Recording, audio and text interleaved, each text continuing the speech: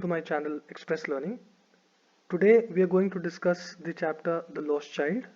So this is the first chapter in your supplementary book of class 9th.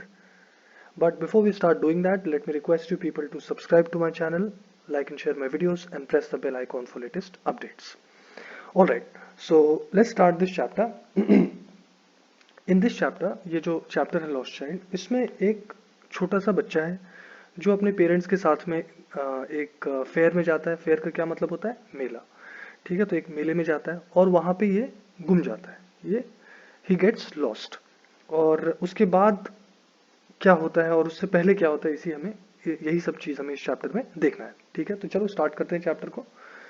तो a child goes to a fair with his parents. और ये कौन सा season था? ये season था स्प्रिंग का। ठीक है, स्प्रिंग के टाइम में ज्यादातर जगहों पर मेला लगता है, क्योंकि स्प्रिंग के टाइम में जो सीजन जो वेदर होता है वो बहुत प्लेजेंट होता है, बहुत अच्छा होता है, इसीलिए मेला लगा हुआ था। ठीक है, जो फेयर था वो बहुत क्राउडेड था। इंडिया में लोगों की कमी वैसे भी नहीं है ना, तो वहाँ पे बहुत सारे लोग थे, बहुत भीड़ थी वहाँ पे।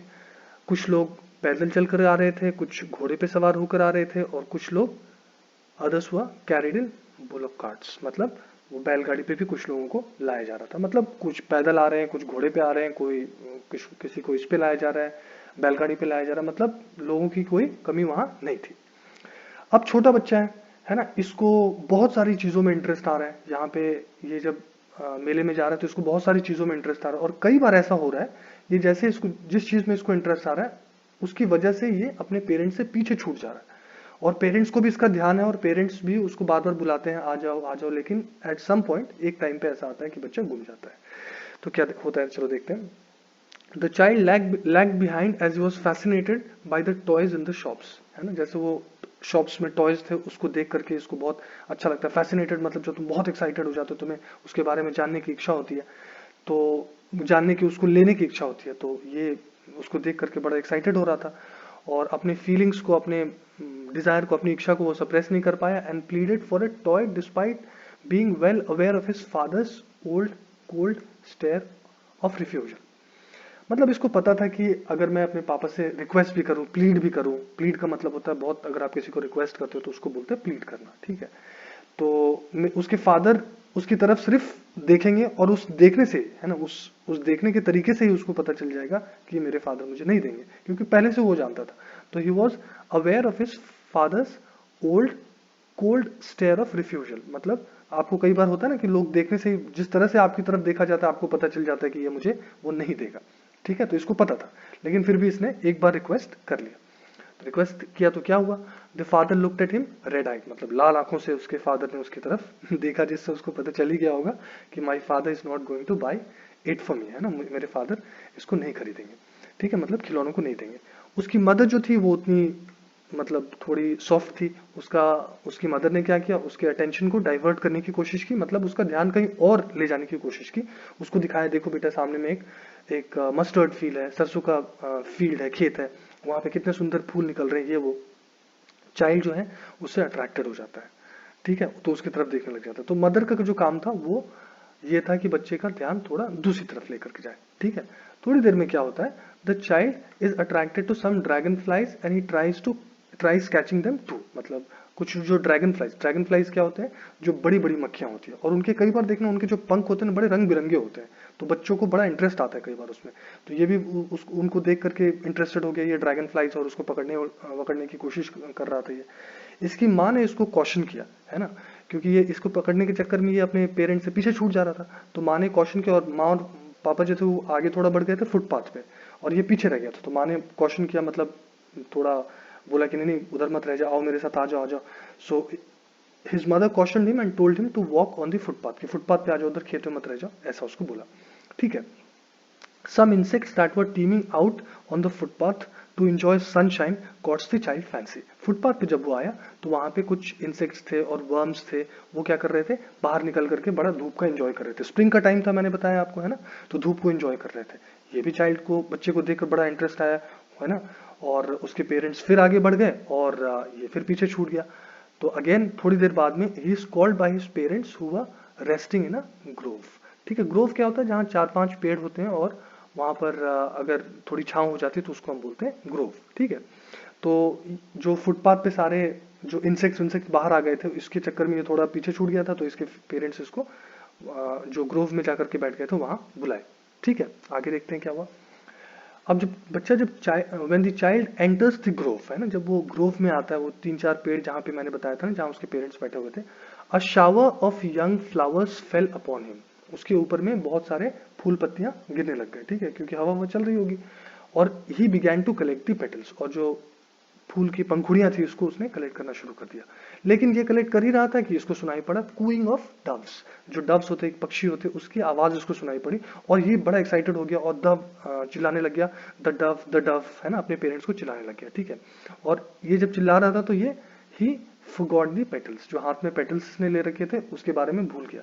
मतलब बच्चा है, आप देखो एक चीज से इसका ध्यान दूसरी तरफ चला जा रहा है, और इसके पास बहुत सारी चीजें हैं जिससे ये अट्रैक्ट हो जा रहा है, मतलब ये बहुत सारी चीजों को देख रहा है जिससे बहुत अट्रैक्ट हो जा रहा है। ठीक है, अब ये एंटर कर रहा है कहाँ, विलेज में, जहाँ पे क्या था, मेला था। तो मेला एंटर करने में, विलेज एंटर करने से पहले the child saw many other footpaths full of people coming to the fair. तो उसने देखा कि बहुत सारे फुटपाथ हैं, मतलब जैसे ये गांव है और वो गांव में बहुत सारे फुटपाथ आ रहे हैं और सब में लोग भरे हुए हैं। तो ये समझ गया तो बहुत भीड़ होने वाली है। तो एट द सेम टाइम, एक ही टाइम में उसको थोड़ा रिपल्शन भी हुआ और फैसिनेशन भी हुआ। तो he was repelled and fascinated at the same time, जिसका क्या मतलब हुआ, रिपेल का मतलब होता है आपको किसी चीज से घिन होती है, चिढ़ होती है, तो उसको बोलते हैं रिपेल, है ना। और फैसिनेटेड मतलब आपको लगता है कि ऐसे कैसे होगा, ये होगा, जैसे मैं थोड़ी देर पहले बता रहा था। तो उसको एक टाइम में दोनों इमोशन उसने फील किया। ठीक है, जब इसने देखा कि इतने सारे लोग यहाँ पे आ रहे। At the entrance of the fair there was a sweet shop where the child saw various colored sweets. तो वहां पे उसने देखा, जहाँ पे जो फेयर था उसका उसके एंट्रेंस पे देखा कि एक बहुत सारे कलर के स्वीट्स एक स्वीट शॉप में बिक रहे थे, और वहां पे उसने देखा अपनी फेवरेट बर्फी।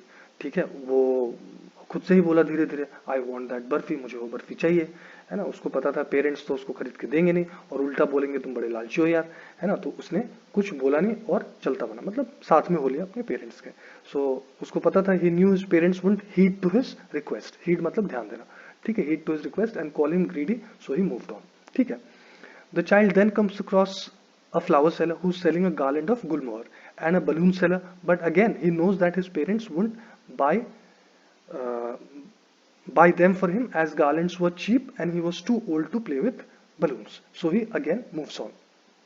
इसका क्या मतलब हुआ, तो उसके बाद में जब बर्फी इसको नहीं मिला तो इसको एक फ्लावर सेलर मिला, मतलब फूल बेचने वाला एक मिला। ठीक है, और बहुत सुंदर एक गार्लैंड ऑफ गुलमोहर एक रखा था, गुलमोहर एक टाइप का फूल होता है, उसका माला, उसकी माला बना करके रखा था। और एक बलून सेलर इसको मिला। ठीक है, तो बलून सेलर के पास बहुत रंग बिरंगे कलर के बलून्स थे। तो इसको पता था ना मेरे फादर मेरे लिए वो माला खरीदेंगे जो गुलमोहर का बना हुआ है, ना मेरे लिए बलून खरीदेंगे, और क्या बोलेंगे उसको। तो he knew that his parents wouldn't buy him either of these two things. ठीक है, और उसको क्या बोलेंगे, दैट गार्लैंड्स वर चीप, ये तो बड़े चीप है, सस्ते हैं, है ना, इसको लेने की क्या जरूरत है। और बलून्स के बारे में क्या बोलेंगे कि तुम इतने बड़े हो गए, अब बलून से खेलोगे क्या।